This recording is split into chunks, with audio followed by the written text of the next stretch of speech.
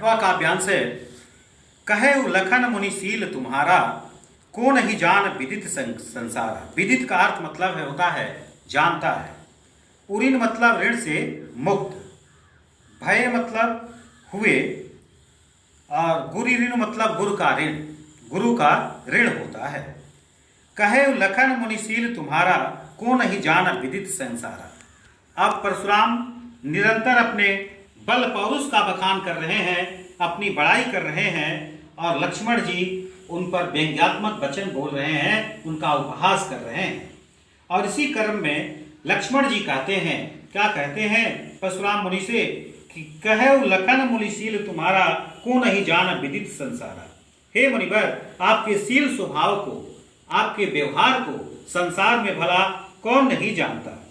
माता पिता ही उऋण भय के, अर्थात आप अपने माता पिता के ऋण से उऋण हो चुके हैं, पूरी तरह से मुक्त हो चुके हैं। गुरु ऋण रहा सोच बड़ जी के, और गुरु का ऋण शेष है, गुरु का ऋण बचा हुआ है, इसीलिए आप चिंतित हो रहे हैं। जो जनो हमारे ही माथे काड़ा, और जो हमारे ही माथे आप निकालना चाहते हैं, अर्थात कहने का मतलब है कि ऋण हमारे ही माथा पर लिखा है। क्यों गुरु का ऋण जो है ऐसा लगता है कि हमारे ही माथे पर लिखा है। दिन चले गए ब्याज बढ़ जावा, अब तो बहुत दिन हो गए और इसका ब्याज भी बढ़ गया होगा। अब आनी है बेवहरिया बोली। बेवहरिया मतलब हिसाब करने वाला, तो आप कोई हिसाब करने वाला बुला दीजिए। तुरंत देव मैं थैली खोली, मैं तुरंत ही अपनी थैली को खोल दूंगा।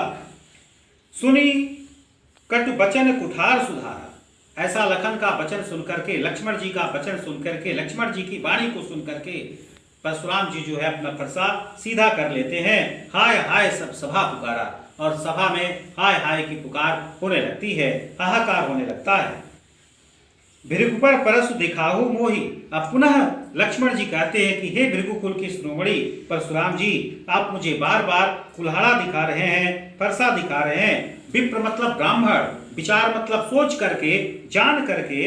बचो नृपद्रोही, ऐ राजाओं के द्रोही, राजाओं के शत्रु, मैं आपको ब्राह्मण समझ करके अभी तक बचाता रहा हूँ।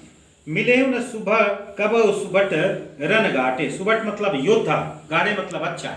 हे मुनिवर, ऐसा लगता है जैसे युद्ध भूमि में आपको किसी बलिष्ठ अच्छे योद्धा से मुलाकात ही नहीं हुई है।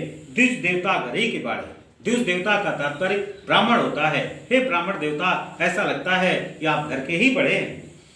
अनुचित कही सब लोग पुकारे। अब सभा में जितने भी उपस्थित लोग थे, जो लक्ष्मण के ऐसे व्यंग्यात्मक वचनों को सुन करके अनुचित है, अनुचित है, अच्छा नहीं है, इस प्रकार की भाषा बोलने लगते हैं। रघुपति सनई लखन निवारे। और शांत रस के पुजारी भगवान राम अपने नयनों से, अपने नेत्रों से, अपने कमल रूपी नेत्रों से लक्ष्मण को अधिक बोलने से मना करते हैं। लखन उत्तर आहुति सरिस।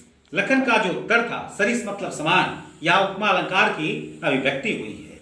लक्ष्मण का उत्तर जो था वह आहुति के समान था। भृगुवर कोपी कुसान, और भृगुकुल के शिरोमणि परशुराम जो मुनि थे, उनका क्रोध अग्नि के समान था।